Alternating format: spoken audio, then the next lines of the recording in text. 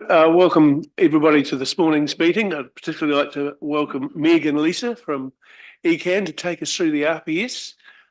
We have an apology for lateness from Elizabeth, who's on her way, and one from the Mayor, who's in transit at the moment, hence I'm in the seat. I'll now hand over to Rob. Thank you, Malcolm. Not much to add there. So welcome to our colleagues from Environment Canterbury to come along and give us a briefing on the Regional Policy Statement Review. It's been going on for another couple of years already, and probably another year or so to go until you have the November date. December, sorry. So this is probably one of the few more opportunities to come up. So I think there's probably another opportunity after this to have a good discussion about the content of the RPS review before we get into the statutory Schedule 1 type consultation that goes out to the public. So I guess I'll hand it over to our colleagues. Thank you. Push the right-hand button. Wonderful, thanks, Lisa. So I'm Meg Buddle and this is Lisa Jenkins. We're from the Environment Canterbury's planning team. And yeah, as Bob said, we're going to run you through the process and timeline for our regional policy statement review. So the purpose of today, we just wanted to give you a bit of an overview of what an RPS does and how it fits into the RMA planning hierarchy, then show you where we are in the process of reviewing our RPS, provide you a really brief background on what's informed the policy options feeding into the review of the RPS, and then lastly enable you all to provide feedback on the issues and outcomes that we want to see that would feed into our RPS review. And I'm told we only have 30 minutes, so we've kept the presentation really short, and then we'll, I was intending that we could pause for questions and discussions at the end if that helps. Okay, wonderful. So firstly, just before we start, you can probably go a bit longer than 30 minutes if you wish, and if you want to wait for questions to the end, that's great. Okay, wonderful. Well, yeah, I suppose when we get to the end, we'll maybe map out what could be useful to cover because we have kept it pretty brief in terms of the slideshow. Alrighty. So just up on the slide there, we've just got the hierarchy of resource management documents. So there's the Act at the top, and then I'm not sure if you can see the words, but the National Environmental Standards and National Policy Statements, that central government direction sits above the regional policy statement. Then the box in yellow, that's where our RPS sits, and then the green box below, that's your regional and district plans, including the Selwyn district plan. So that they're the rule book for managing our physical and natural resources and must give effect to the RPS and the other documents above the RPS.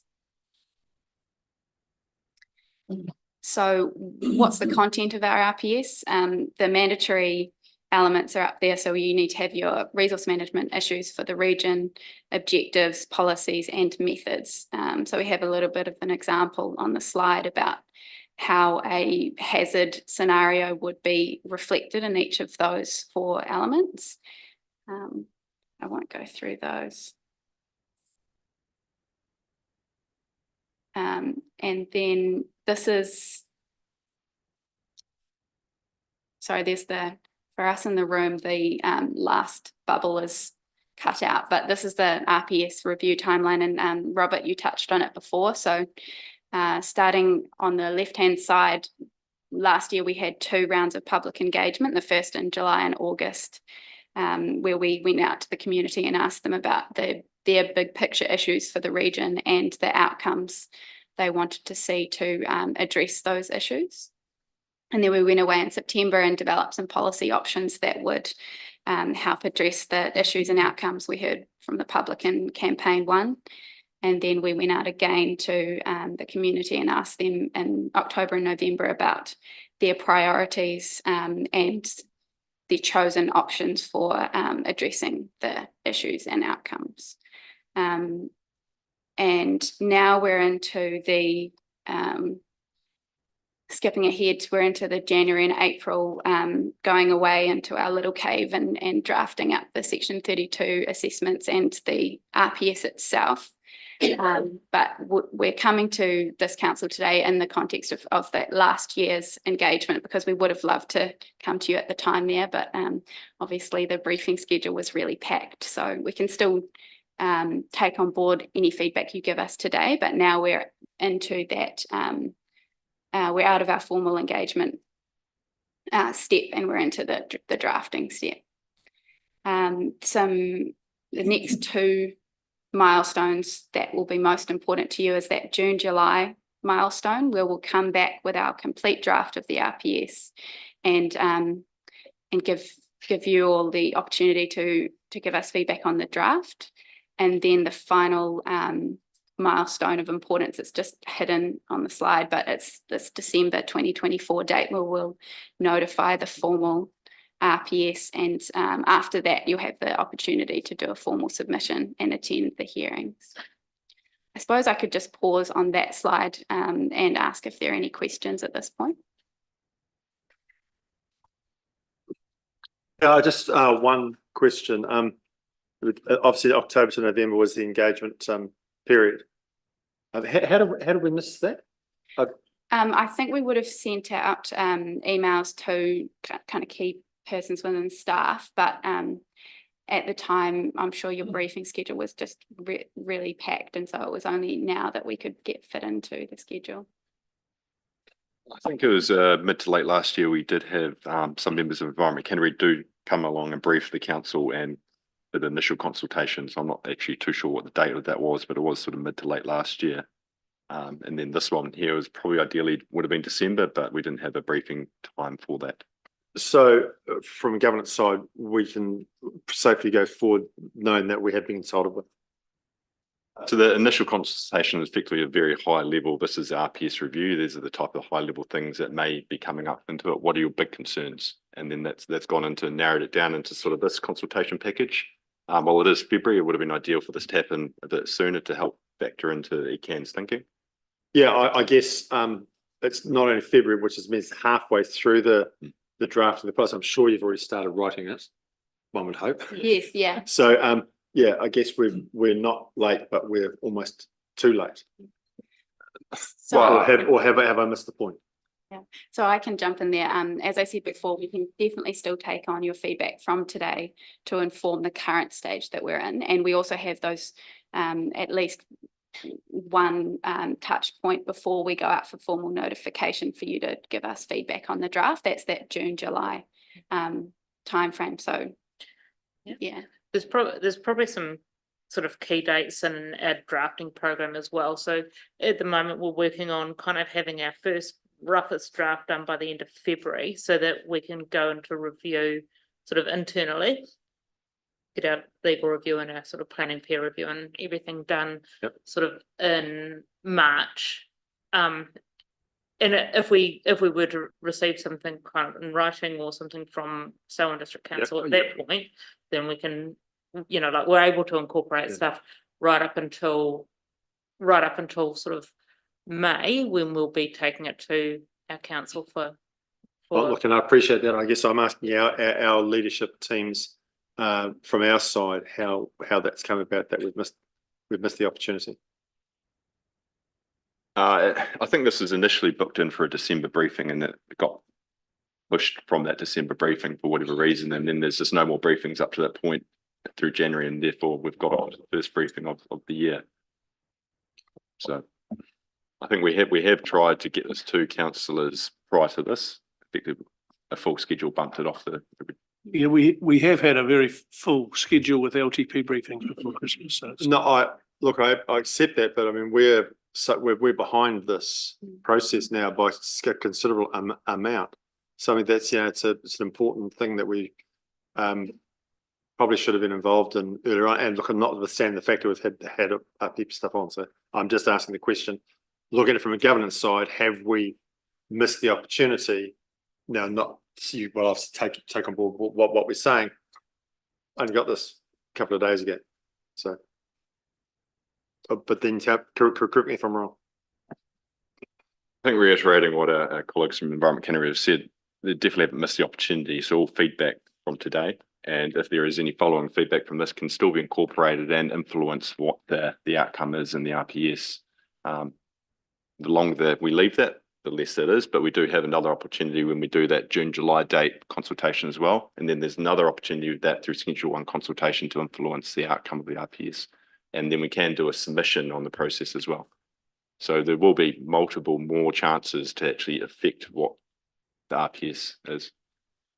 And bearing in mind, we have a busy program ahead of us in the next few months with our LTP, and the June, July opportunity will be through the LTP, so we will be able to give it more attention then as well.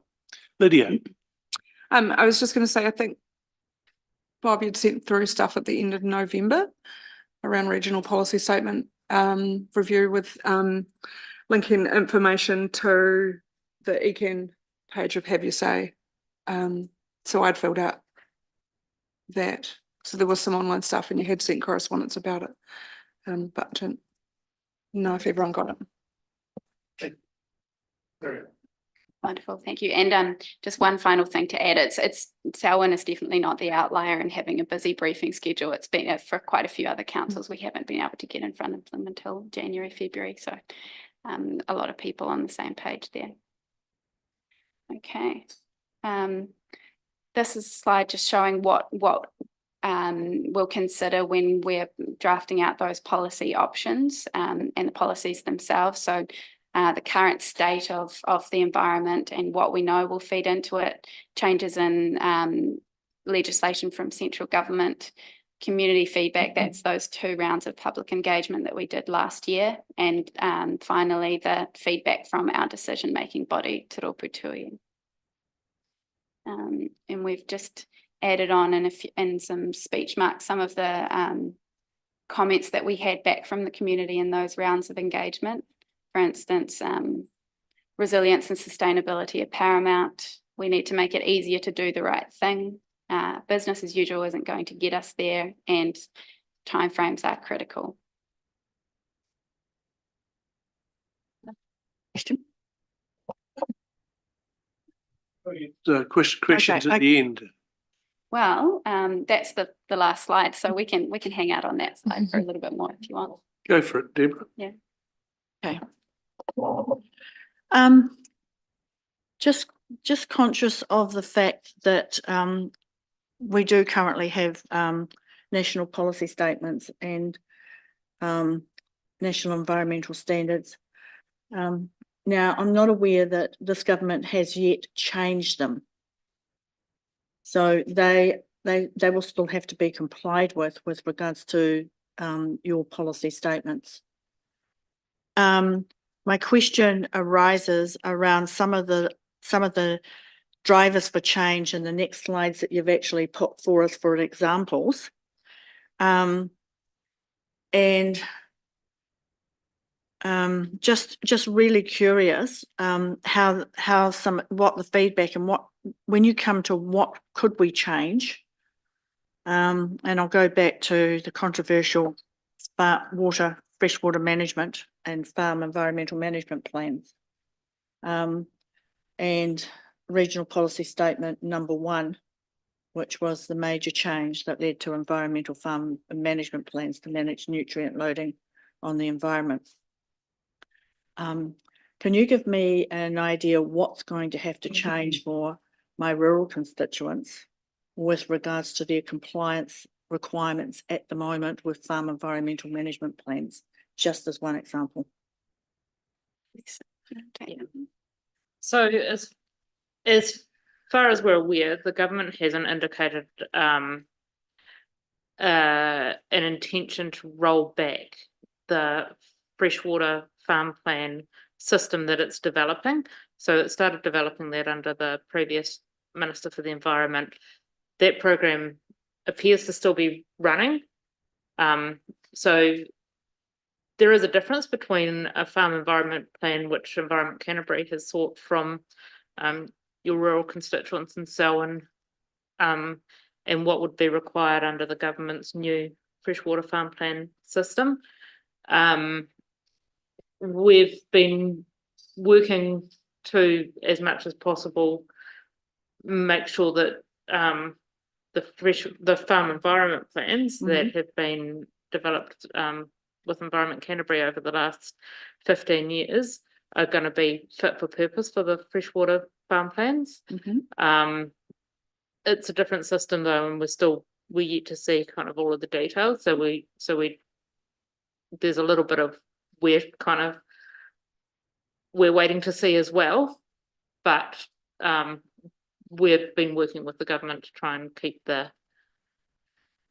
shift as seamless as possible. Aware that farmers have done an awful lot of work in the last 15 years to be, yeah. There's been an awful lot of investment throughout the region. Thank you. Elizabeth.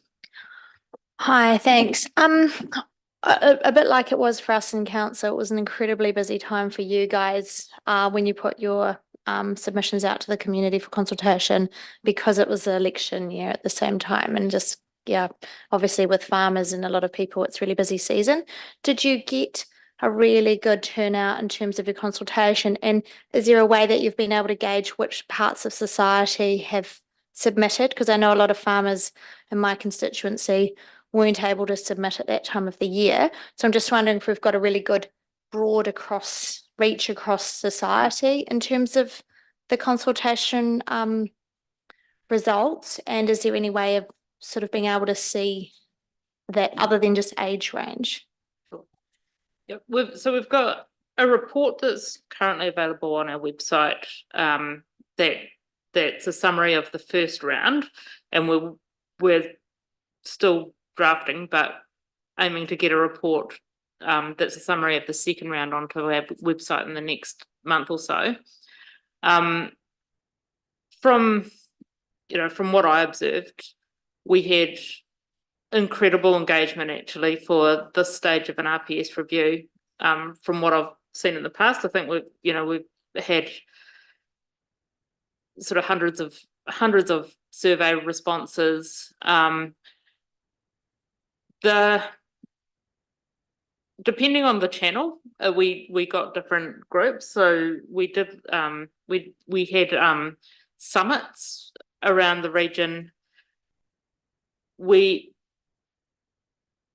During those summits, we spoke face to face with a lot of particularly rural constituents. I think what we probably learned is that rural people kind of prefer to turn up and have a chat, and urban people tended to engage more through the online channels. So whether it be through the surveys or through webinars, which we ran more in the first round, but we also had some webinars in the second round as well. So yeah, but in terms of engagement on the early stages of an RPS review, I was around for the last one, so I can say it was probably much more public engagement than we saw last time. Thank you. Are we any more questions? No more questions. Righty. Just moving on to the last slide, and we can take more questions after that as well. But just some links up there of where you can read more information. So that top hyperlink is the review process in general, the public page for that. The second link is the engagement report from campaign 1 that Lisa mentioned. We're currently working on the report for campaign 2. So those will both be available at the link that's at the top, the Our Future link. Or another way that we'd really welcome your feedback is to have it, if you put it down in writing and send it through either directly to us via that email address at the bottom, or just to your planning manager, who I'm sure can pass it on to us. What we had done in the lead up to this was send a PDF to that may have been passed on to the councillors, but if it hasn't been, that PDF that Ben or Robert might have available, it kind of gives a summary of the material that we provided at some of those summits from last year, and it's broken down into topics, water quality, water quantity, and all of the other topics that feed into the RPS review. And elaborates on if you can see the diagram down the bottom corner, on the drivers for change, community feedback, what we can't change and what we could change for each of the topics, e.g. water quality or natural hazards. So you may not have had the chance to have a look at that before today, but if you want a quick snapshot of where the policy options are at currently, or some of the choices and considerations that have been looked at for each of the parts of the RPS, that might be a good place to start, and then you could provide us your feedback on those policy options. Great, councillors. We were circulated that on the 21st of November. So if you have a look back through your email tree, you'll probably find it if you want up for your information. So as I said at the start, we only prepared for a really brief presentation, thinking we had 30 minutes. So that is it for our preso. If there's anything else, we can definitely try to answer the questions. Thank you very much. Shane. Tēnā koe, e mea ki, ngā mihi mana, ngā kaimahi o ike, thank you very much. I guess, question would be, what drives a review of the RPS? Currently on the timeline, we're sitting at the Section 32 reports between January and April. What is a Section 32 report, and what is the purpose of that report? That report, yes. And under things we can't change, natural environment. What does it say there? I'm thinking of a flood mitigation, rivers, and that type of thing. Is that what that is suggesting? That you can't? That there's limited scope to change. Exactly. Yeah. So the example that we have, and apologies that the writing's quite small to read, probably you can't read it at all, on that slide is for natural hazards. And in that third box along, the what we can't change box, for natural hazards, we can't change existing hazard prone areas. We can't change natural environmental factors. We can't influence climate change a great deal, and we can't change an existing infrastructure that needs to be located in a certain spot. So that's what's on the very strong word, isn't it? I mean, the purpose of consultation is to explore opportunities. It's quite limiting to already have a can't in there, and I'm unaware of the intricacies, I guess. So it's an interesting statement so far. So this is the question around what is a Section 32 report and what drives a review of RPS? Should I take the what's driving section? What's driving the RPS review? Sure. So we're required to review all of our planning documents every 10 years. So that's the main driver. But the reason we've prioritised the Section 32, the regional policy statement, 2 years ago when we started on this journey, was that we had the National Policy Statement for Freshwater, had some timeframes around when we have to notify a planning instrument to give effect to that. Those requirements changed a bit over the timeframe, so it's been sort of 4 years since that came in, and those requirements have changed a bit. And there's an indication that that timeframe is going to change as well. However, having the regional policy statement in place is the first step to giving effect to whatever national policy that's sort of coming our way or changing over the next few years. That'll help us to develop a regional plan framework that's a bit more fit for purpose, hopefully less complex and more integrated. That's kind of the main driver. And then in terms of like a Section 32 and what is its purpose, the Section 32 is just it's an overview report that looks at all of our policy options and the costs and benefits of those options, and just kind of provides a summary of how we get, why we've recommended certain policy options. So it's really just an overview of all of the thinking that's kind of done up to the point that you write the regional policy statement. Thank you. Thank you, Lisa. Councillor Miller. I wondered what your opinion was. Is this going to put the cart before the horse and require further work to be redone if the government, as it stated, is going to review the NBA NPS on freshwater management, having this work done, then all of a sudden having a different outcome from the government could be say, well, let's restart the whole job. And I noticed the government of the day has said that you can postpone it for up to 3 years. This work, is that in your thought process? I mean, what's the advantage of carrying on with this work when we're getting a very strong indication that there are going to be significant changes to the legislation behind it? So the 3-year extension, we would still need to update the regional plan after we've done the regional policy statement. So it doesn't really give us an extension for the regional policy statement. And I guess in terms of like carts and horses, I think in this case central government is probably the lead horse. The regional policy statement is probably the second horse, with the regional plans coming in as the carts behind that. So do you envisage doing the RPS and then just having amendments to it as the new legislation comes down? I would like to think that we can write an RPS that will sort of stand up under the new legislation, and we'll be keeping a close eye on that as we go through.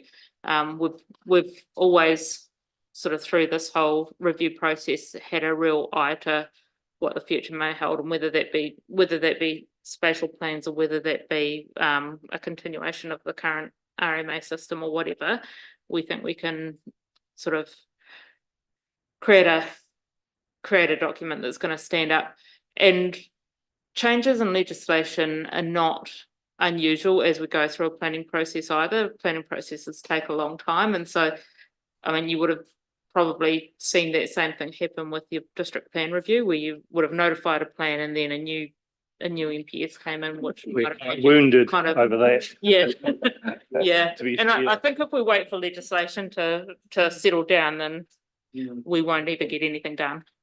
So we've got a document attached to ours called Let's Pick a Path. Does that follow on from the doc up here? Particularly around highly productive land and how soon that'll be assessed and enabled. And one of the things I'm interested in is particularly highly productive land in an agricultural sense is some of the land which is currently low land use class, but with the addition of water is economically highly productive, or is it a soil chemistry lens that you intend to just take over that and say the soil chemistry is highly productive land, but not what comes off it, because there's two different things there. So we have to give effect to the national policy statement for highly productive land, and I think there is something in there which mentions that water availability is not one of the key considerations when you're mapping out highly productive land. We will be coming out with maps in that June-July timeframe, which will show you where that sort of starting point for highly productive land is to prompt the conversation, as well as the criteria that we've used to map out where the highly productive land is. But yes, off the top of my head, I don't think the national policy statement, which we do have to give effect to, mentions water availability. You will have already noted that we're already under challenge from solar farms wanting to set out onto potentially HPL land, and so some clear direction sooner rather than later would be helpful. Yeah, so there was some central government consultation last year on that topic of